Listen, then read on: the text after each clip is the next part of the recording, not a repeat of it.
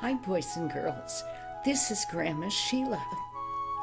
And the story I have for you today is called That's Our House.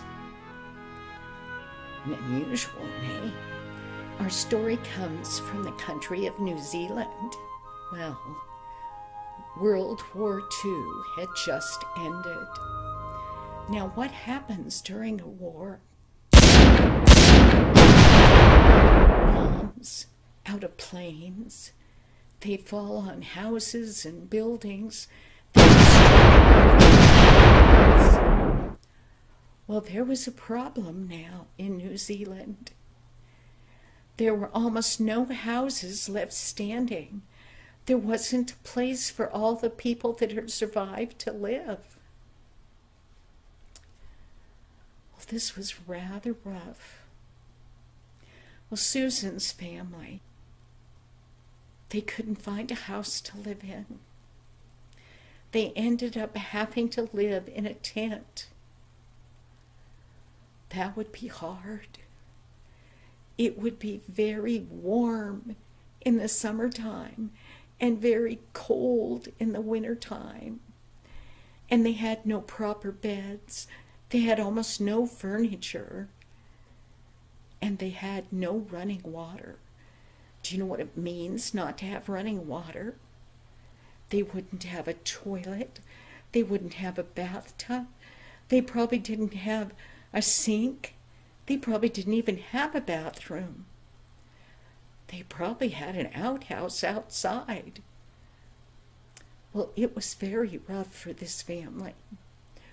Well, it wasn't too long after that Mother heard that the city where they lived, the council, the government council, had decided that the best thing they could do for their people was to build houses, give them some place to live again.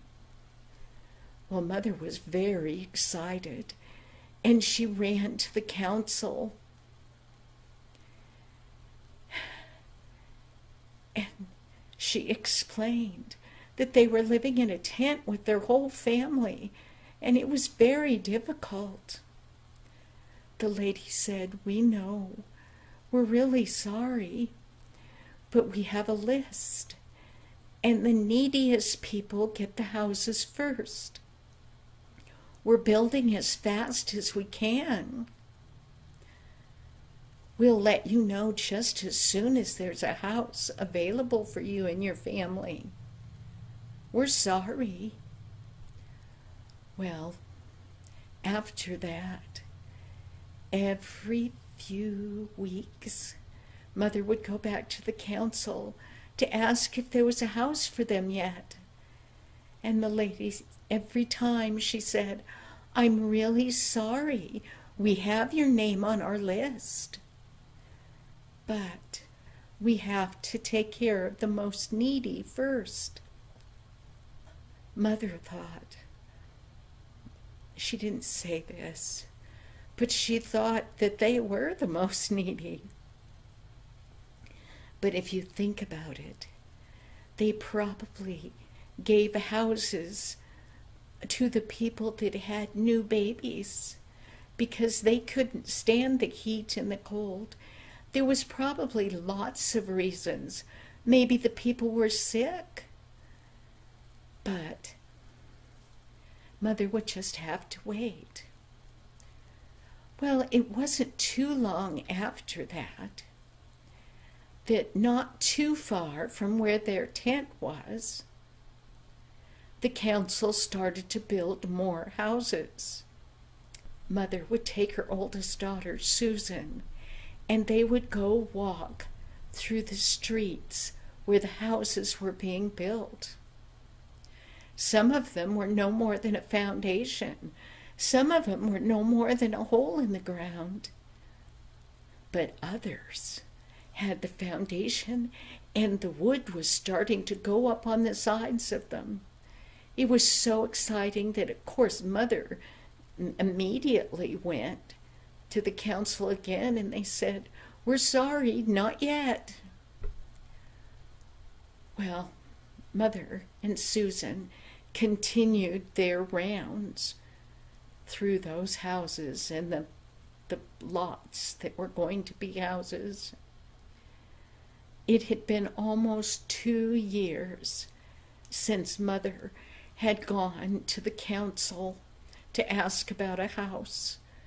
2 years is a long time to live in a tent. Well, one day, when she and Susan were out by those houses, Mother was really discouraged. She didn't know she'd ever have a house again. And then Susan, she pointed at one of the houses that had a foundation, and the boards were starting to go up. And she pointed at it and she said, "Mother, do you like the location of that house?" And Mother said, "Oh, yes, that's a beautiful location. I would love to live in that house." But then she said, "But it's been 2 years. That's probably for somebody else." Well, Susan, she went over to her mother and she said, "I know you're discouraged, Mother, but sometimes I think that we don't pray hard enough. We don't ask Jesus often enough for a house." Well, Mother, she was really discouraged. And she said, "Oh, you're such a sweet girl. You're always dreaming of things. And I wished that I could believe, like you do, that Jesus is going to give us a house." Susan looked at her and she said, "Look at that number, the number on the little sign in front of the house they're building." And Mother said, "It says 365. And Susan said, "Mother, you need to remember that number because that's going to be our house." And Mother said, "How do you know?" And Susan said, "Because Jesus just told me." Well, Mother said, "It's time for us to go to our home tent." And they did. Well, weeks went by again, and Mother went often to that office, but it was never time for them to have the house, a house, any house. Well, one day Mother went to the post office and she got a letter. She got a letter from the council, and she rushed home to Susan and she opened that envelope and she started to read, and she was so excited. She said, "Susan, we got a house. They have a house for us." And she put the envelope, she opened the envelope and she put the letter back in it and she said, "They have a house." And Susan said, "Mother, which one?" And Mother said, "I suppose it tells, but I didn't look." So she took the envelope out again, and sure enough, it said, "House number 365.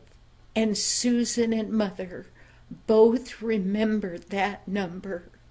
And Susan said, "I told you that Jesus said that was going to be our house, Mother." Jesus always tells the truth. Boys and girls, sometimes mommies and daddies get discouraged when things take way too long. But be like Susan. Pray more often. Talk to him most earnestly when you have needs.